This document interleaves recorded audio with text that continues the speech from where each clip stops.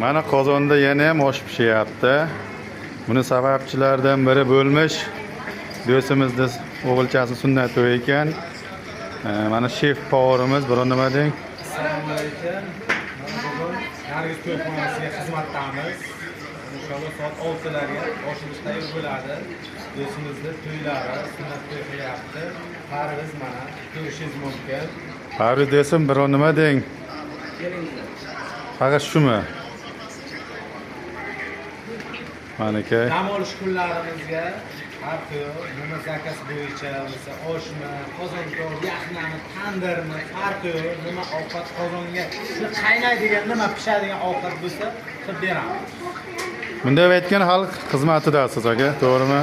Shunday bo'lishi kerak. Mana Suqrot kafeni katta powerlar mana Nargiz to'yxonasiga osh pishiryapti.